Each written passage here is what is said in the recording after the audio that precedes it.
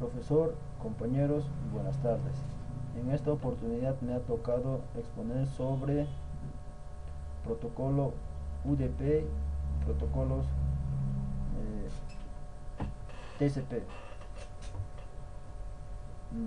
Bueno, el trabajo realizado y desarrollado es por mi persona, que es Aarón Espinosa Pavel, y la señorita Kelly Zulca Palomino. Somos del sexto semestre, turno noche de administración de redes. Voy a pasar a mostrar mi pantalla para que puedan visualizar los conceptos desarrollados del tema. Protocolo UDP.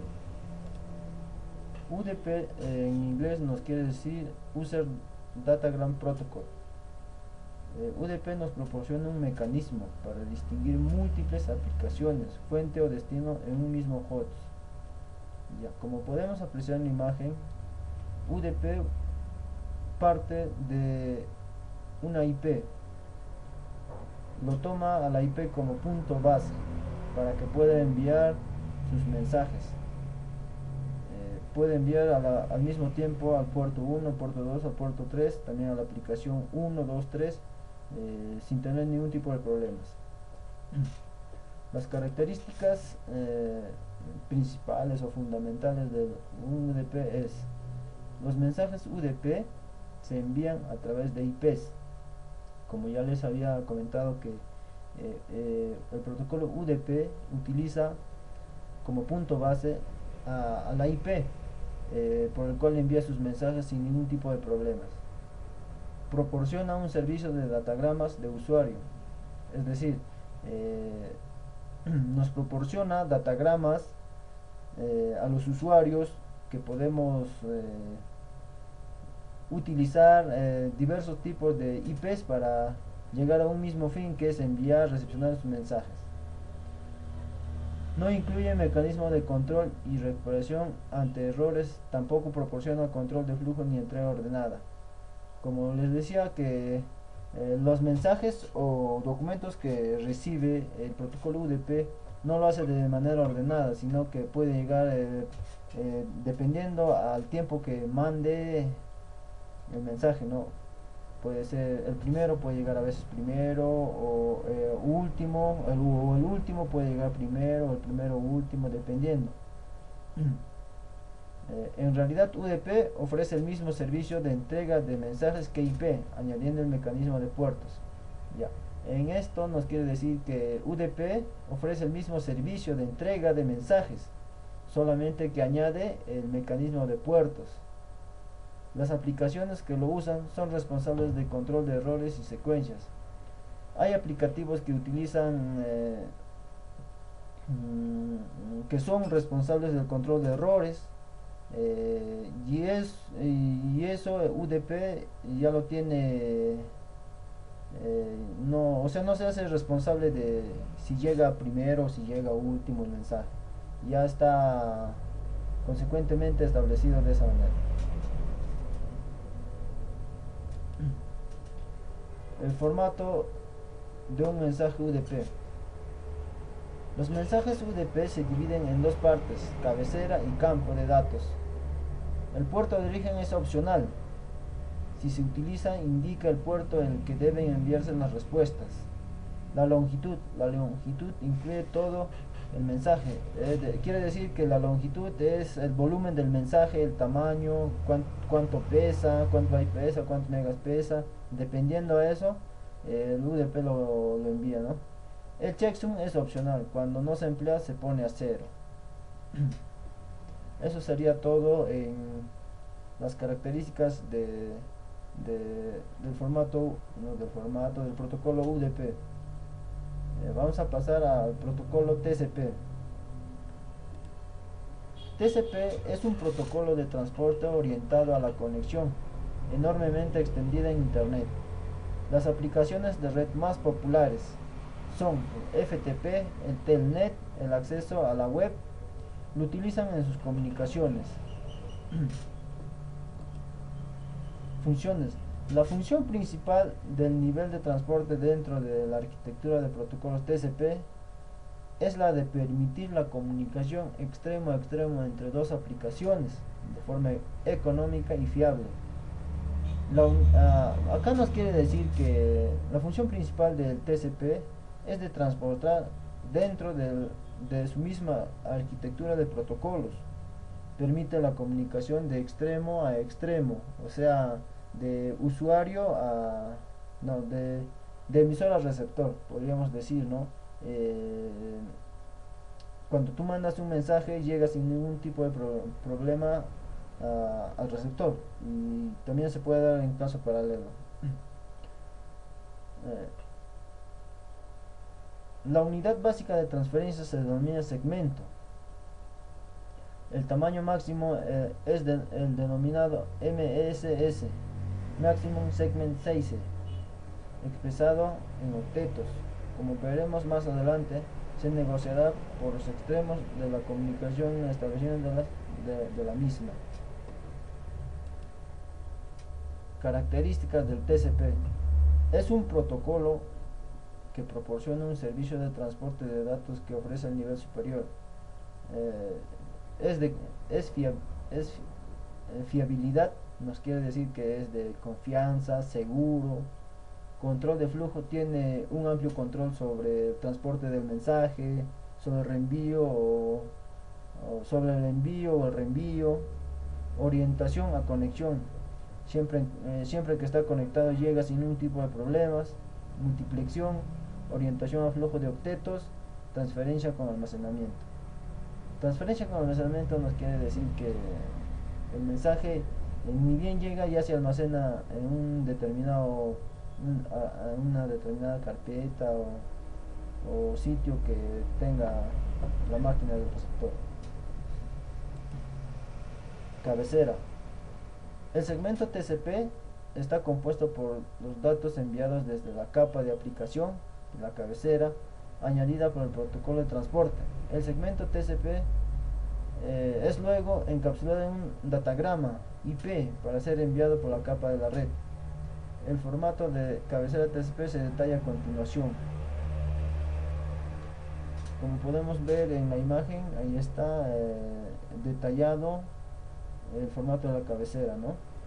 Tenemos el puerto de origen y puerto de destino, número de secuencias, número de acuses de recibo, longitud de cabecera, el reservado, tamaño de ventana, suma de verificación, puntero urgente,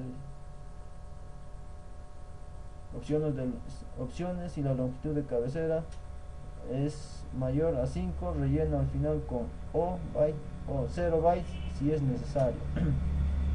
Tenemos los octetos 0, 4, 8, 12, 16, 20. En el bit 0, 32 bits, 64 bits, 96 bits, 128 bits y 160 bits. Multiplexión. Multiplexión nos permite que varios procesos de una misma máquina utilicen simultáneamente el servicio que ofrece TCP. Estos se diferencian dentro de la misma máquina por el valor del puerto asignado. El protocolo proporciona una dirección o puerto o cada aplicación que lo usa. En conjunto forma un número de puertos que identifica una aplicación en una máquina. Una dirección IP que identifica una máquina recibe el nombre de sockets. La asignación. La asignación de puertos o procesos es manejada de forma independiente por cada máquina. No obstante, es común asignar número de puertos universalmente conocidos a algunos servidores de aplicación estándar sobre TCP. Algunos de ellos son el RFC 1700. Número de secuencias TCP. Cada byte de una conexión TCP tiene su propio número de secuencias, el cual es de 32 bits. En un host que opera a toda velocidad en una LAN de 10 MB, en teoría los números de secuencia podrían volver a comenzar en una hora, pero en la práctica tarda mucho más tiempo. Se usan los números de secuencia tanto para los acuses de recibo como para el mecanismo de ventana, que utilizan campos de cabecera de 32 bits distintos. Como podemos ver acá, el número de secuencias TCP es de 32 bits, pero esos 32 bits no son de manera, sino de una manera como que no pase ni sea menos de 32, ¿no? Establecimiento de conexión. Antes de transmitir cualquier información utilizando el protocolo TCP es necesario abrir una conexión. Un extremo hace una apertura pasiva y el otro una apertura activa. El mecanismo utilizado para establecer una conexión consta de tres vías. Como podemos observar en la imagen, eh, este, vemos el envío de SINY, recepción del segmento SYN, envío de SYN, recepción del SYN, segmento ACK, y envío del ACK a recepción del segmento ACK. Eso sería todo sobre los temas TCP y UDP. Voy a darle paso a mi compañera Kelly para que exponga el resto de los temas. Gracias. Bueno, voy a continuar con la exposición. Mi nombre es Kelly Zulca Palomino. Voy a exponer sobre el tema de flujo de datos de protocolos de control de transmisión. Bueno, el flujo de datos de protocolo de control de transmisión. Bueno, esto se usa control de flujo para evitar que un emisor envíe datos de forma más rápida, de la que el receptor pueda recibirlos y procesarlos. El control de flujo es el mecanismo esencial en redes en las que se comunican computadoras con distintas velocidades de transferencia. Bueno, vamos a ver qué es el control de flujo. El control de flujo es el proceso de gestionar la tasa de transmisión de datos entre dos nodos para poder prevenir que un transmisor rápido acceda a un receptor lento. Eso es el control de flujo. Ahora vamos a ver qué es el control de flujo de teleinformáticas. Bueno, para empezar, el control de flujo hay varios tipos, ¿no? Uno de ellos son teleinformáticas, de Ethernet, de hardware, hay también de software, hay de agua. El control de flujo hay varios tipos, ¿no? Bueno, uno de los más importantes son el control de flujo de teleinformáticas. Es el módem y el ordenador gestionan los intercambios de información, ¿no? Nos quiere decir que los archivos, los documentos, lo que mandamos, ellos recepcionan y en ahí es que intercambian la información. Bueno, sería también, es la unión entre las telecomunicaciones y la informática, uno de ellos, ¿no? Otro sería, también es la ciencia que se trata de conceptabilidad y comunicación a distancia entre procesos.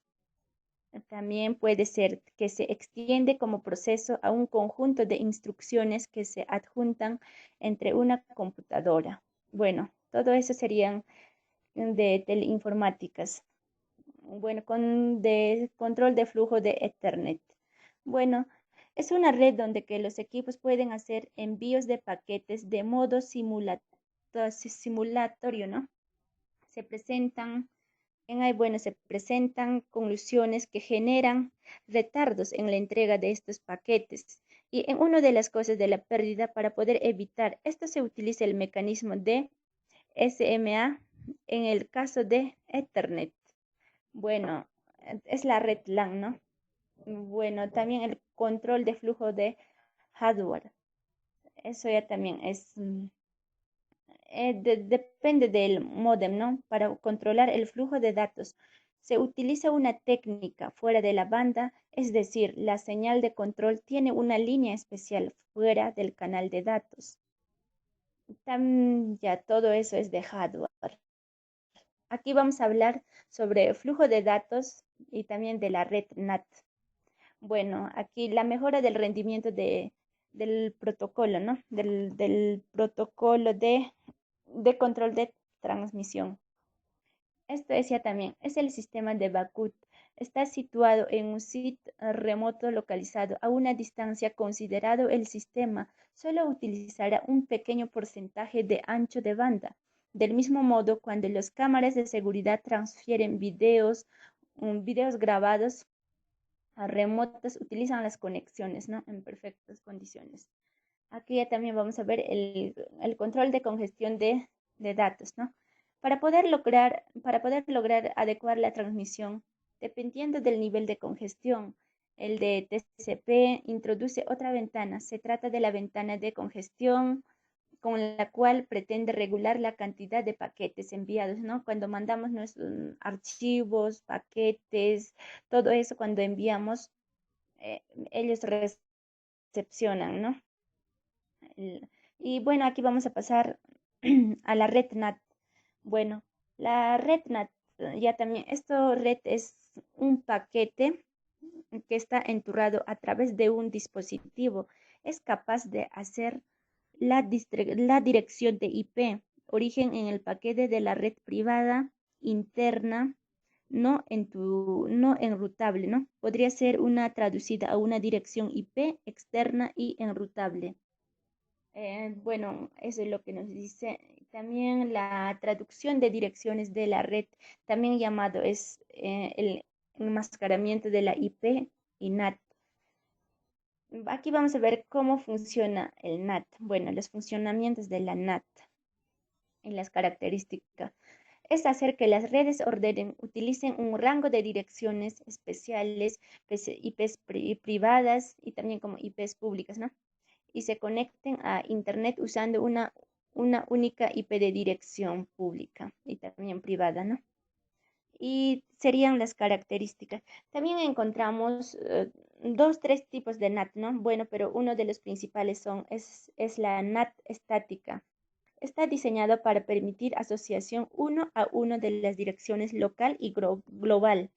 Y la NAT dinámica, también la NAT dinámica está diseñado para asociar una dirección de IP privada, una dirección a IP pública. Bueno, eso es lo que encontramos de NAT. Aquí hay también, ¿qué es el tipo de NAT? Aquí nos dice traducción de direcciones de red es la capacidad de un router para traducir una dirección IP y la privada. Bueno, eso es todo lo que podemos ver, lo que es de NAT y también tiene las ventajas y las desventajas NAT, ¿no? Bueno, una de las ventajas es conserva el esquema de direccionamiento legalmente registrado al permitir la privatización de intranets. Bueno, también aumenta la flexibilidad de las conexiones de la red pública. Ya, otro sería proporciona coherencia a los esquemas de direccionamiento de la red interna. También podemos ver las ventajas es que oculta las direcciones de IP de los usuarios, ¿no? Y también conserva el esquema de direccionamiento legalmente registrado al permitir la privatización de las redes internas. También aumenta la flexibilidad de las conexiones con la red pública. También aumenta el retardado, ¿no? Y bueno, también así hay las desventajas. Bueno, una de las desventajas sería son más vulnerables al ataque, puesto que los usuarios no pueden conseguir otra IP. Es más caro para para las IPs, pues que esa IP puede no estar usando a las 24 horas del día, ¿no? Una de las ventajas. Y las ventajas es más fácil de identificar al usuario que está utilizando el IP. También nos permite tener servicios dirigidos directamente a la IP y también nunca cambia, ¿no? Eso es todo lo que podemos ver de la NAT. También tiene sus ventajas, ahí ya hemos visto. Y también aquí, ¿cómo funciona la NAT? Bueno, aquí podemos ver la función es muy sencilla, hacer que las redes y ordenadores utilicen un rango de direcciones especiales, PCs privadas que se conecten al Internet usando una única dirección de IP pública y también como IP privada. También se utiliza para conectar redes domésticas a Internet. Bueno, aquí bien claro nos dice, ¿no? Por ejemplo, aquí tenemos la red NAT, aquí tenemos nuestras computadoras y esto está conectado. Todos los datos, archivos, informaciones que mandamos, aquí está guardado. Aquí se almacena, aquí intercambian, ¿no? Bueno, aquí está el Internet. Eso sería todo, más bien, eso sería todo.